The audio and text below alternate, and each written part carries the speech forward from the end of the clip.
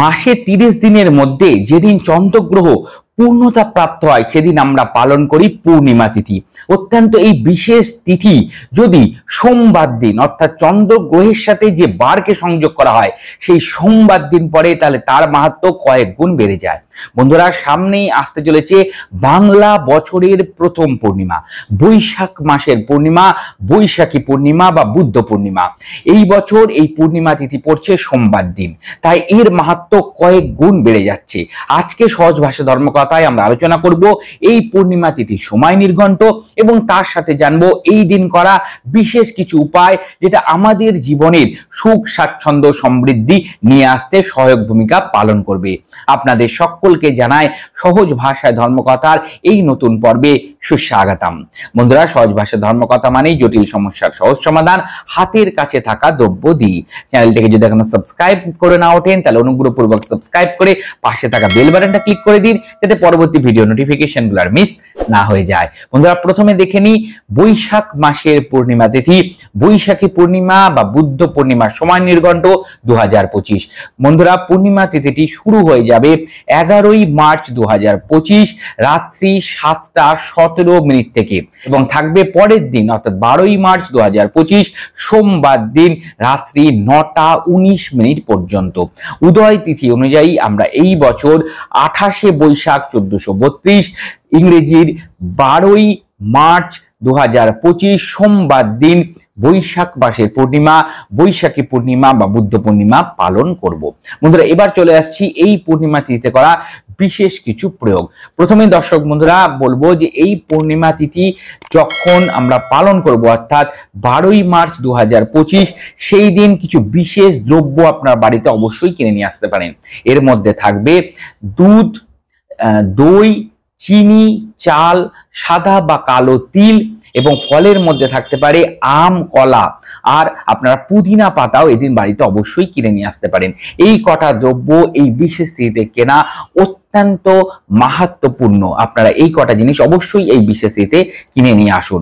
বন্ধুরা, এবারে বলছি এই সুন্দর তিথিতে সকালবেলা আপনারা যখন স্নান করবেন তখন স্নানের জলে কাঁচা দুধ মিশ্রিত করে আপনারা স্নান করে নেবেন এবং এই বিশেষ তিথিতে দেবাদিদেব মহাদেবকে বিশেষভাবে অভিষিক্ত করুন।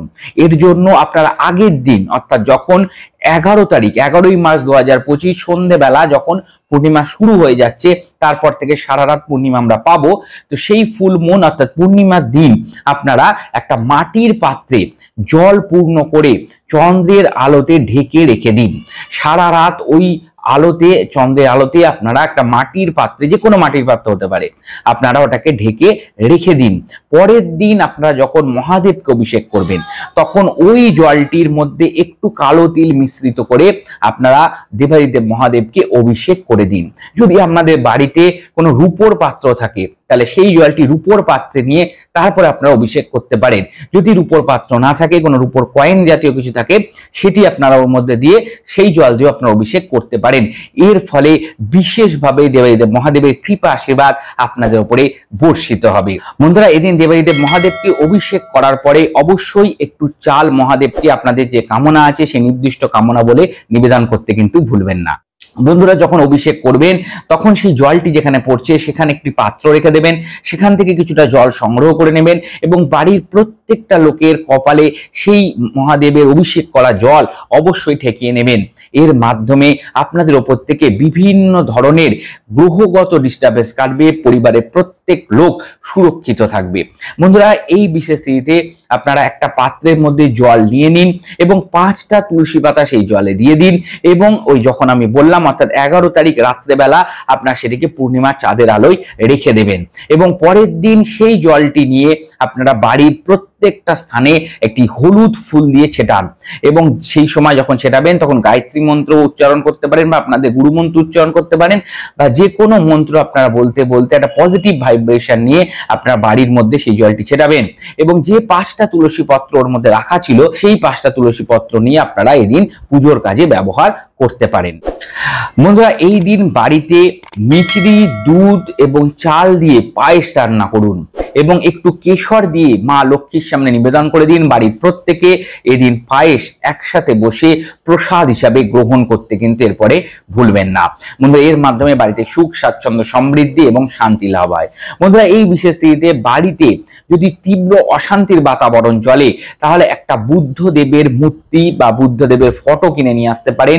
যেহেতু বুদ্ধ পূর্ণিমা চলবে, এই সুন্দর তিথিতে বাড়িতে গৌতম বুদ্ধের মূর্তি বা ফটো নিয়ে এসে আপনারা বাড়ির ঈশান কোণে টাঙিয়ে দিতে পারেন। ঘরের ঈশান কোণে, উত্তর পূর্ব কোণে আপনারা এটাকে টাঙিয়ে দিতে পারেন। বাড়িতে শান্তি বিরাজ করে।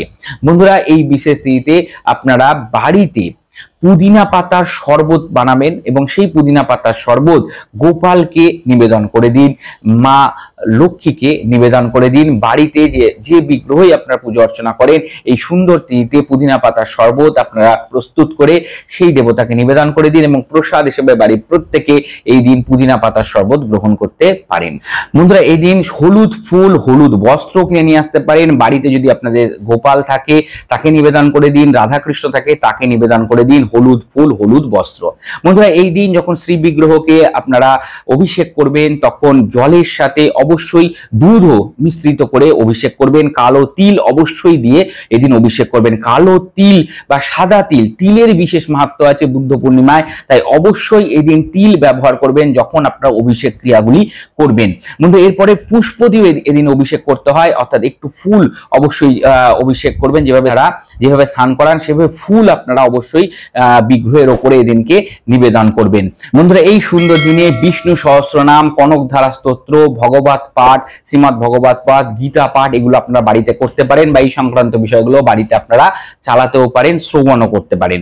কিছু দান ধ্যান আপনারা করতে পারেন, চাল, অন্ন, বস্ত্র ইত্যাদি যে কোনো দরিদ্র ব্যক্তিকে আপনারা অবশ্যই দান করতে পারেন। এই দিন স্নান দানের বিশেষ গুরুত্ব আছে। দর্শক বন্ধুরা এই দিন সন্ধেবেলা আপনারা অশ্বত্থ গাছ, তুলসী গাছ, বট গাছ এই জাতীয় যে বিশেষ বৃক্ষগুলো আছে, পবিত্র বৃক্ষ, তার নিচে অবশ্যই প্রদীপ প্রজ্বলিত করবেন। বিশেষ করে তেলের প্রদীপ আপনারা এই দিন এই সংক্রান্ত স্থানে প্রজ্বলিত করতে পারেন। বন্ধুরা এই দিন সন্ধ্যাবেলা দেবাদিদেব মহাদেবের সামনে একটি প্রদীপ প্রজ্বলিত করবেন। সেটা সর্ষের তেলের হতে পারে, তিলের তেলের হতে পারে বা ঘৃত প্রদীপ হতে পারে, কিন্তু তার মধ্যে অবশ্যই একটু কালো তিল দিয়ে দেবেন। এবং বন্ধুরা এই দিন মা লক্ষ্মীর সামনে একটি প্রদীপ প্রজ্বলিত করুন। সেটি সর্ষের তেলের প্রদীপ হবে এবং তার মধ্যে আপনারা দুটো লবঙ্গ এবং দুটো এলাচ দিয়ে আপনারা প্রদীপটি প্রজ্বলিত করুন। এর মাধ্যমে বাড়িতে সুখ, স্বাচ্ছন্দ্য, সমৃদ্ধি সদাই বিরাজিত হবে। দর্শক বন্ধুরা এই সামান্য বিষয়গুলো যদি আমরা সামনের বৈশাখ মাসের পূর্ণিমা অর্থাৎ বুদ্ধ পূর্ণিমার দিন পালন করতে পারি তাহলে অবশ্যই আমাদের বাড়িতে সুখ, স্বাচ্ছন্দ্য, সমৃদ্ধির সাথে সাথে শান্তি আসবে। বন্ধুরা আশা করি সম্পূর্ণ বিষয়টি বুঝতে পেরেছেন এবং পর্বটি আপনাদের ভালো লেগেছে।